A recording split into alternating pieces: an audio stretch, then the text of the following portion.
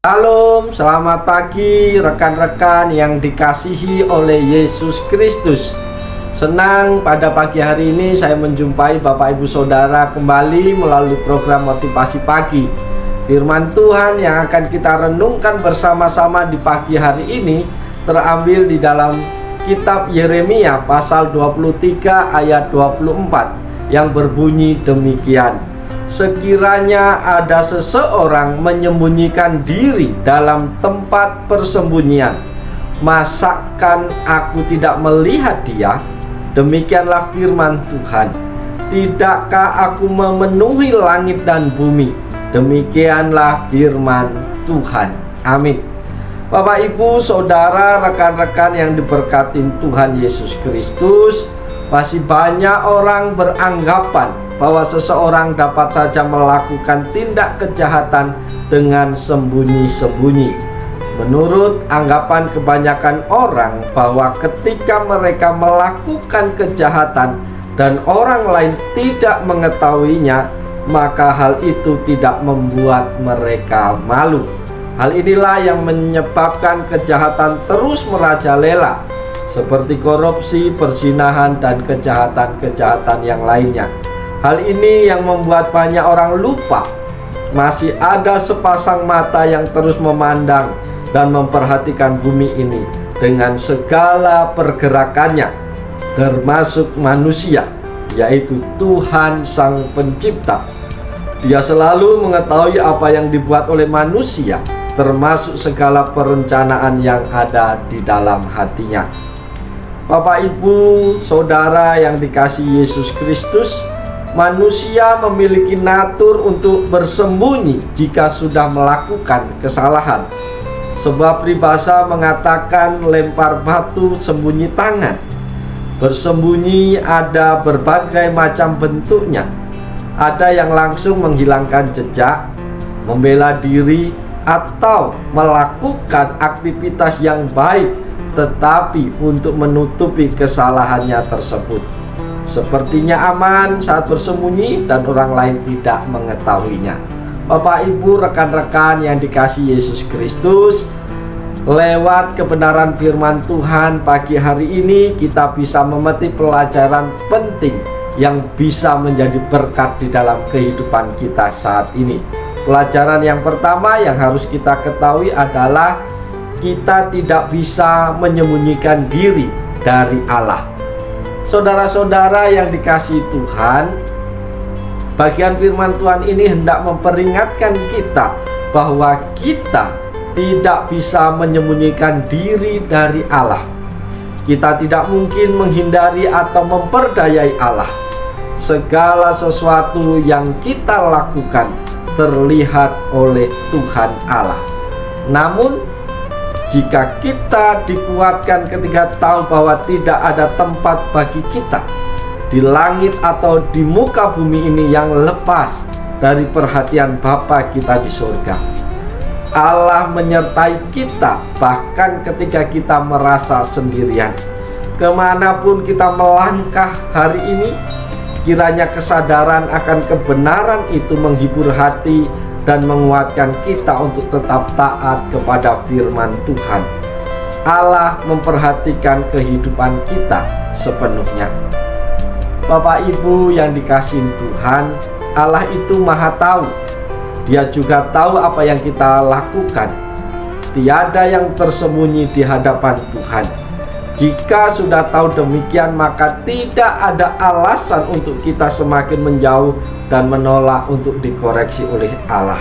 Lebih baik mendekat kepada Allah dan berharap Allah akan menolong untuk membuat kita sadar akan segala dosa-dosa kita dan mulai kita belajar memahami kehendak Tuhan. Jangan cenderung menguasai diri kita, biarlah Allah yang menguasainya. Itu pelajaran pertama yang kita peroleh di pagi hari ini. Pelajaran yang kedua yang bisa kita peroleh di pagi hari ini, jangan main peta umpet dengan Tuhan.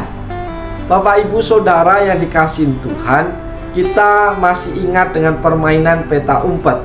Permainan ini adalah jenis permainan yang mencari dan bersembunyi yang dilakukan minimal 2 orang dalam rumah atau di luar rumah. Ada yang lucu dalam permainan ini, yakni ketika kita bermain sama anak kita, lalu kita kena giliran anak kita bersembunyi. Ia masuk dalam kamar lalu mukanya menghadap ke tembok dan berkata, "Sudah Pak, sudah Ma." Artinya kita sudah bisa mencarinya. Anak kita beranggapan apabila mukanya tidak terlihat atau tidak melihat kita, maka itu artinya ia sudah bersembunyi. Dan kita pun berpura-pura tidak melihatnya agar ia merasa senang bahwa kita tidak menemukannya. Tingkah laku yang ini lucu bukan? Ya, itulah namanya tingkah laku anak-anak. Tetapi Bapak Ibu Saudara yang dikasihi oleh Tuhan, tingkah laku seperti ini tidak hanya didominasi oleh anak-anak saja. Orang dewasa pun bisa melakukan hal yang lucu seperti anak-anak. Inilah kelakuan nabi dan imam yang melakukan kejahatan, termasuk di rumah Tuhan. Mereka melakukan seperti yang tertulis di dalam Yeremia 23 ayat yang ke-11. Sungguh, baik nabi maupun imam berlaku fasik di rumahku. Juga aku mendapati kejahatan mereka, demikian firman Tuhan. Mereka bernubuat palsu seolah-olah nubuat mereka memang berasal dari Tuhan datangnya. Padahal itu semua datang dari rekaan hati mereka sendiri. Yeremia 23 ayat 16. Dan nubuatan mereka hanya memberikan pengharapan sia-sia. Mereka berkata kepada orang-orang yang menista firman Tuhan, "Kamu akan selamat." Dan kepada setiap orang yang mengikuti kedegilan hatinya, mereka berkata, "Malapetaka tidak akan menimpa kamu." Para nabi beranggapan Tuhan tidak mendengar ketika mereka bernubuat palsu demi nama Tuhan dengan mengatakan, "Aku telah bermimpi, aku telah bermimpi." Para nabi palsu beranggapan Tuhan tidak maha hadir, tidak maha tahu, tidak maha melihat, sehingga mereka seenaknya saja berbuat dosa. Itulah sebabnya Tuhan berkata, "Masakan aku ini hanya Allah saja yang dari dekat." Demikianlah firman Tuhan, dan bukan dari Allah yang jauh. Sekiranya ada seorang menyembunyikan diri dalam tempat persembunyian, masakan aku tidak melihat dia? Demikian firman Tuhan. Tidakkah aku memenuhi langit dan bumi? Demikian firman Tuhan. Bapak Ibu Saudara yang dikasihi Tuhan, kita tidak bisa melakukan kejahatan, berbuat dosa secara sembunyi-sembunyi, karena itu pun semuanya tampak jelas terang benderang di hadapan Tuhan. Tidak ada satupun yang bisa kita sembunyikan dari Tuhan. Oleh sebab itu, jangan melakukan hal-hal yang tidak berkenan kepada Tuhan. Karena ketika kita melakukan itu, kita beranggapan Tuhan tidak tahu, Tuhan tidak maha hadir, Tuhan tidak maha melihat. Bapak Ibu Saudara, kembali kita diingatkan, jangan main peta umpet dengan Tuhan, karena semuanya tampak jelas terang benderang di hadapan Tuhan. Itu pelajaran yang kedua yang kita peroleh. Pelajaran yang ketiga yang kita peroleh pagi hari ini adalah mata Tuhan selalu melihat. Bapak Ibu Saudara, rekan-rekan yang dikasihi oleh Yesus Kristus, ingatlah dalam hal kejahatan, dosa, keinginan jahat atau keinginan lainnya, kita tidak bisa bermain peta umpet dengan Tuhan, sebab Tuhan maha hadir, maha tahu, maha melihat. Ketika kita tergoda ingin melakukan apa yang bertentangan dengan kehendak Tuhan, ingatlah bahwa Tuhan sedang mengawasi kita. Mata Tuhan menjelajah seluruh bumi. Allah tidak hanya Allah dari dekat, Allah dari jauh, Allah yang memenuhi langit dan bumi, tetapi Dia juga Allah yang diam di dalam diri kita. Mari kita taat dengan suara Tuhan yang berbicara dari dalam diri kita. Karena itu mari kita membangun suatu persekutuan yang intim dengan Tuhan setiap saat, agar kita semakin peka suara Tuhan dan dapat mengetahui mana yang harus kita lakukan dan mana yang tidak harus kita lakukan.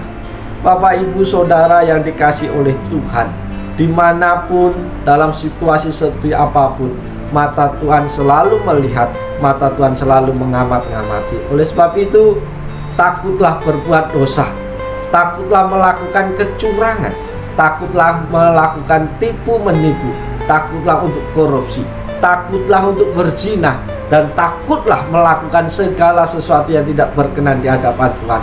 Karena mata Tuhan tidak pernah capek, mata Tuhan tidak pernah lelah untuk melihat dan mengawasi setiap kehidupan kita. Bapak, Ibu, Saudara yang dikasihi Tuhan, pagi hari ini firman Tuhan telah sampai kepada kita. Firman Tuhan mengatakan tidak ada tempat yang tersembunyi di hadapan Tuhan. Tidak ada seseorang yang bisa menyembunyikan diri dari hadapan Tuhan. Oleh sebab itu, kemanapun, dimanapun kita berada, Tuhan selalu ada bersama dengan kita. Oleh sebab itu, mari kita kerjakan setiap tugas tanggung jawab kita sepanjang hari. Jangan takut, jangan gentar, karena ada Tuhan yang selalu memperhatikan, Tuhan yang selalu melihat akan segala persoalan, akan segala keluh kesah kita. Dan ketika Tuhan melihat, saya yakin Tuhan tidak akan pernah berdiam diri. Tuhan pasti turun tangan, Tuhan pasti menolong, Tuhan pasti memberkati kehidupan Bapak Ibu Saudara. Berhenti dan janganlah berbuat dosa, karena segala sesuatunya jelas dan menjadi terang di hadapan Tuhan. Kita tidak bisa menyembunyikan diri dari hadapan Tuhan.